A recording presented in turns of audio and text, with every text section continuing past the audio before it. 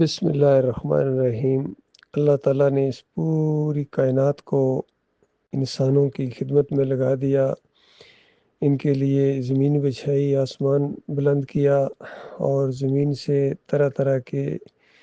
اناج پھل اگائے تاکہ یہ انسانوں کی زندگی آسانی کے ساتھ گزرے۔ ماحول دیا، معاشرہ دیا، گھرانہ دیا، ملک دیے، تاکہ یہ صرف اللہ اپنے اکیلے مالک کی بندگی کریں۔ انسان کو اللہ تعالیٰ نے جنت کے لیے پیدا کیا ہے، اپنے لیے پیدا کیا ہے، لیکن انسانوں کی عظیم اکثریت نے شیطان کی باتوں میں آ کے اپنے مالک اور خالق کو پہچاننے اور اس کی شکر گزاری کرنے سے انکار کر دیا۔ ہم جس ماحول کے اندر پیدا ہوئے ہیں، اس 15ویں صدی کے اندر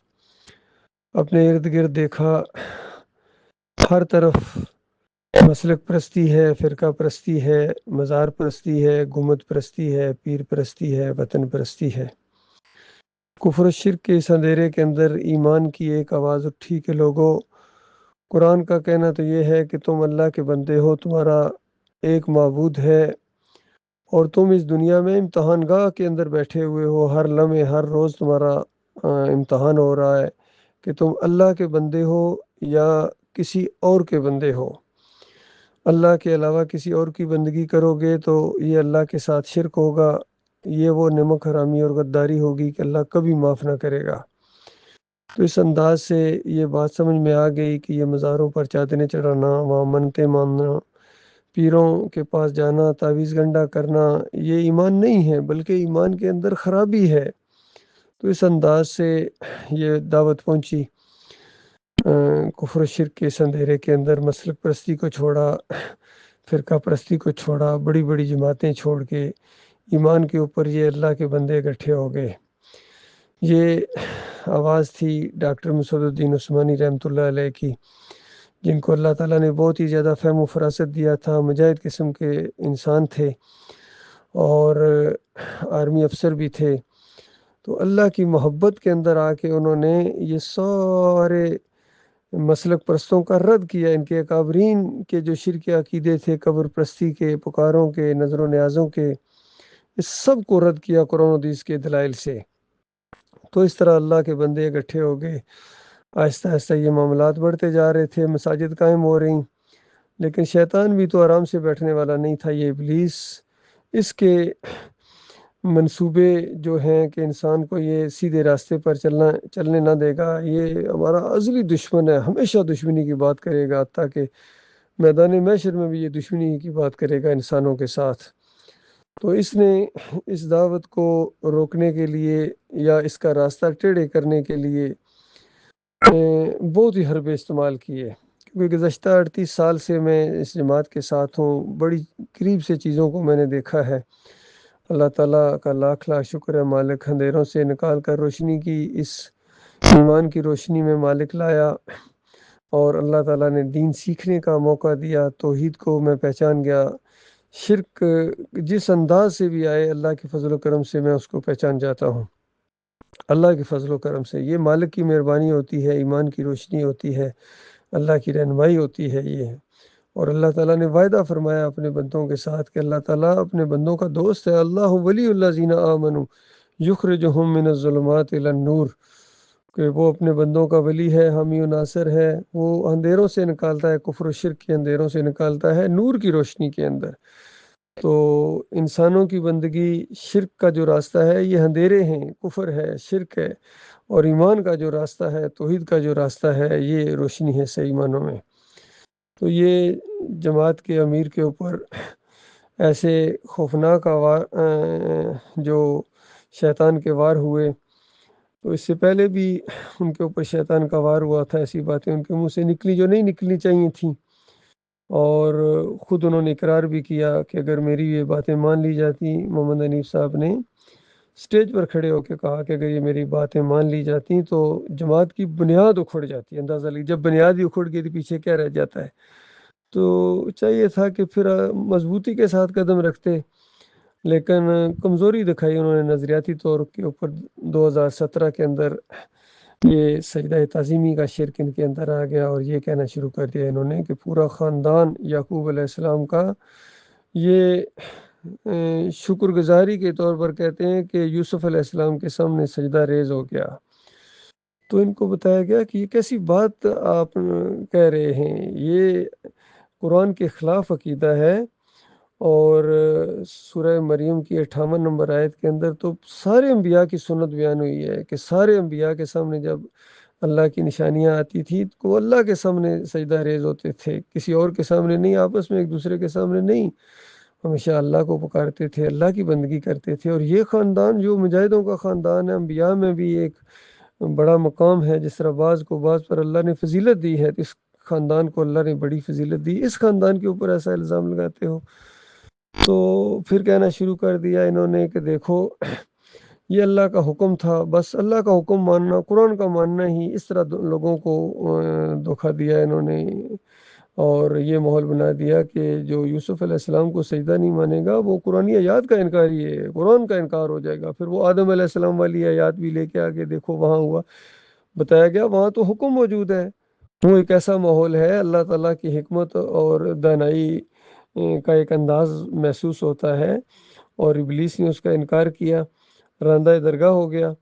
اور کیا وہ واقعہ اس لیے پیش آیا تھا کہ دنیا میں جانے کے بعد مشرکوں جب اپنے پیروں، مولویوں اور انبیاء کو تم رکوع اور سجدے کرو گے، شریک ٹھہراؤ گے اللہ کے ساتھ، تو پھر یہ واقعہ بیان کرنا، کیا وہ واقعہ اس لیے بیان ہوا تھا؟ وہ واقعہ تو بیان ہوا تھا کہ دیکھو اگر غلطی ہو جائے تو اس کے بعد مان لینا یہ اللہ کی بندگی ہے۔ ابلیس ڈٹ گیا اپنی اس موقف کے اوپر، غلط موقف کے اوپر، راندہ درگاہ ہو گیا۔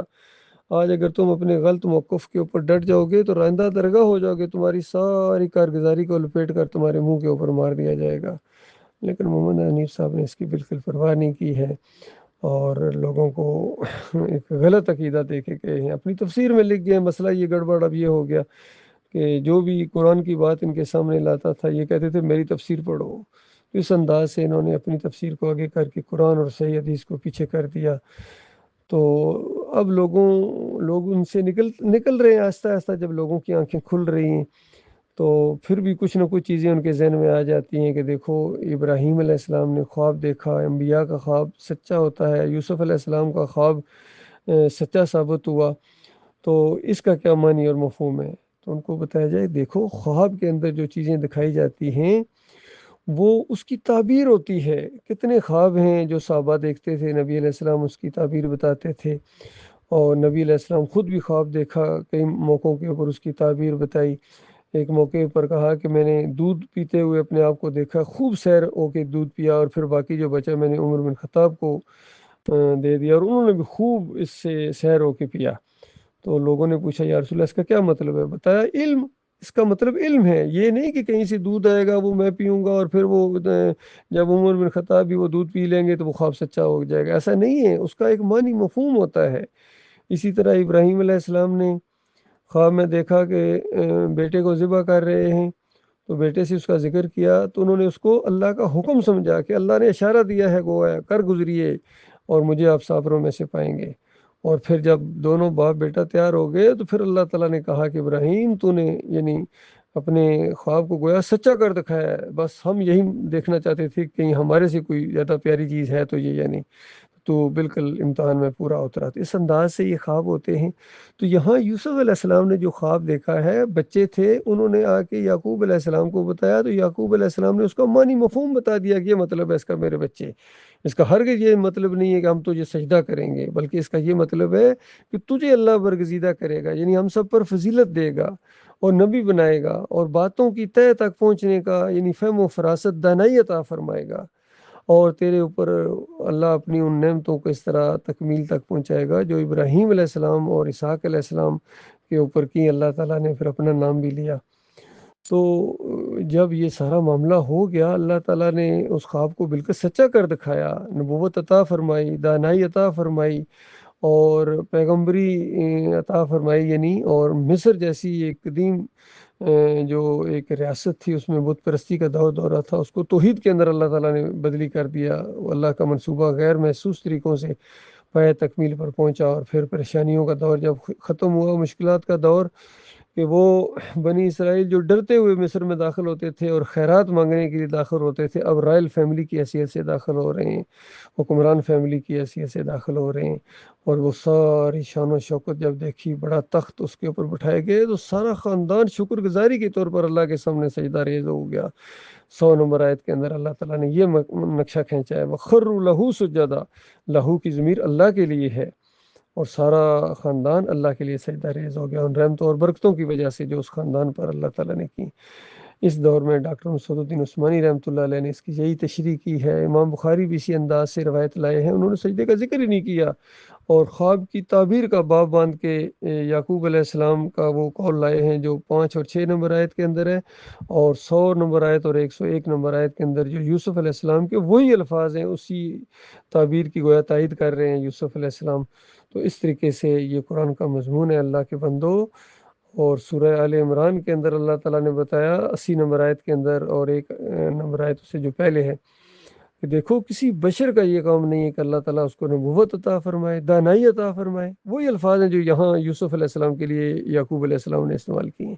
کہ دانائی عطا فرمائے اللہ تعالیٰ، اور پھر کتاب نازل کرے، اور پھر اس کو اللہ تعالیٰ اپنا نبی بنائے، اور پھر وہ لوگوں کو یہ نہیں کہے کہ تم اللہ کو چھوڑ کر میری بندگی کرو، یعنی مجھے رکوع اور سجدے کرو، میری نظر و نیازیں کرو، پکارے لگاؤ، واسطے وسیلے دو۔ کبھی ایک نبی کہہ سکتے ہیں؟ ہرگز نہیں کہہ سکتے۔ اور وہ تو یہ کہیں گے کہ اللہ والے بنو، یعنی اللہ کے سامنے رکوع کرو، اللہ کے سامنے سجدے کرو، اللہ کی شکر گزاری کرو۔ تو یہ اصل میں ظاہری الفاظ سے ذرا دھوکہ کھا گئے ہیں محمد حنیف صاحب اور ان کے دوسرے لوگ،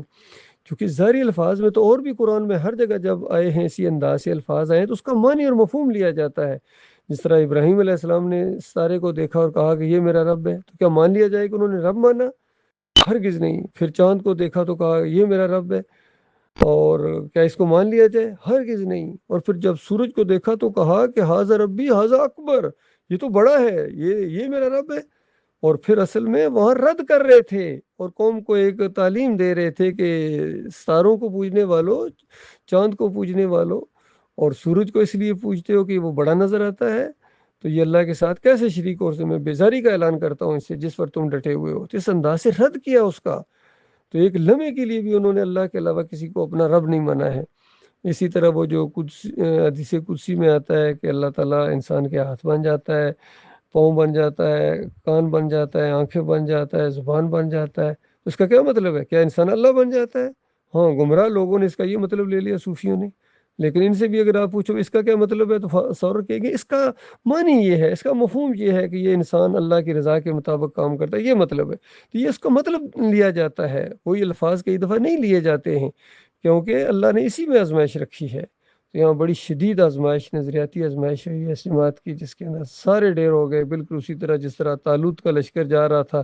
آزمائش کی اللہ تعالیٰ نے، تو سوائے 1 2 کے سارے ڈیر ہو گئے، یہ سارے ڈیر ہو گئے سوائے چند لوگوں کے۔ تو یہ معاملہ ہوا ہے اللہ کے بندوں قابل کو، اور یہ باتیں ہیں جہاں جہاں تک یہ آواز پہنچے، خالص ایمان رکھو گے، کیونکہ یہ دعوت اسی نقطے کے اوپر اٹھی تھی کہ اللہ کے ساتھ شرک نہیں کرنا، اور شرک کرو گے تو دنیا اور آخرت میں ذلیل و خوار کر دیے جاؤ گے، برباد ہو جاؤ گے۔ اور مالک فرماتا ہے تم کیا چیز ہو، یہ میرے انبیاء یہ بھی شرک کرتے تو ان کا کیا کرایہ میں غارت کر دیتا۔ تو یہ ساری باتیں موجود ہونے کے بعد پھر بھی اگر آپ کو محمد حنیف کے ساتھ ہمیشہ کی حق میں رہنے کا ارادہ ہے خون اور پیپ کی وادیوں میں، تو پھر ڈٹے رہو اسی شرک کے اوپر، اور اگر جنت کے اندر جانا چاہتے ہو، ایمان خالص اختیار کرنا چاہتے ہو، نبی علیہ السلام اور صحابہ اکرام کا انداز اختیار کرنا چاہتے ہو، سنت کے اوپر چلنا چاہتے ہو، اسوہ جو ابراہیم علیہ السلام کا اسوہ تھا، ایک ہی اسوہ ہے، توحید کا معاملہ، ایمان خالص کا معاملہ۔